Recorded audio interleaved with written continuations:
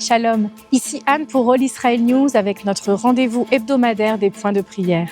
Cette semaine en Israël, l'histoire et la foi se sont croisées d'une manière bouleversante.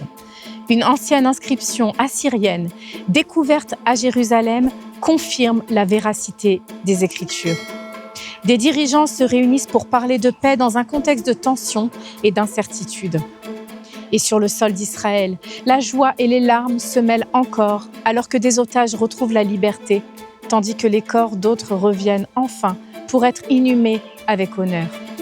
Au milieu de tout cela, ces paroles du psaume 16 résonnent avec force. « L'Éternel est ma part et ma coupe, tu me gardes mon lot.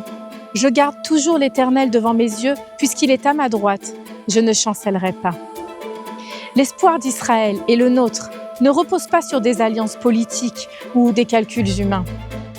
Notre espérance est en l'Éternel, celui qui ne change jamais, le seul capable de restaurer ce que la guerre et la peur ont brisé.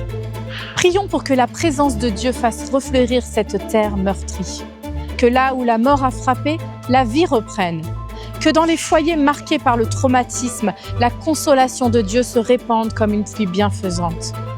Demandons à Dieu de guérir les cœurs brisés, de redonner force aux familles épuisées et de remplir Israël du nord au sud de sa joie et de sa paix. Prions pour les dirigeants d'Israël et des nations concernées, que leurs décisions soient guidées non par la peur ou la politique, mais par la sagesse divine. Puisse-t-il écouter la voix du Seigneur au milieu du tumulte, choisir la justice plutôt que la popularité et rechercher la paix qui vient de Dieu plutôt que celle que le monde promet. Cette inscription découverte près du mur occidental nous rappelle que l'héritage d'Israël n'est pas une invention humaine, mais une promesse éternelle. Prions pour qu'Israël se souvienne de son identité et de son appel, être un peuple d'alliance, une lumière pour les nations.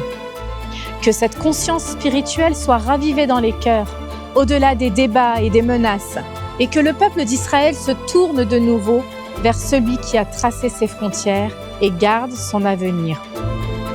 De l'archéologie à la diplomatie, des blessures à la restauration, tout semble nous ramener à cette prière du roi David. « Garde-moi, ô Dieu, car je me réfugie en toi » Psaume 16:1.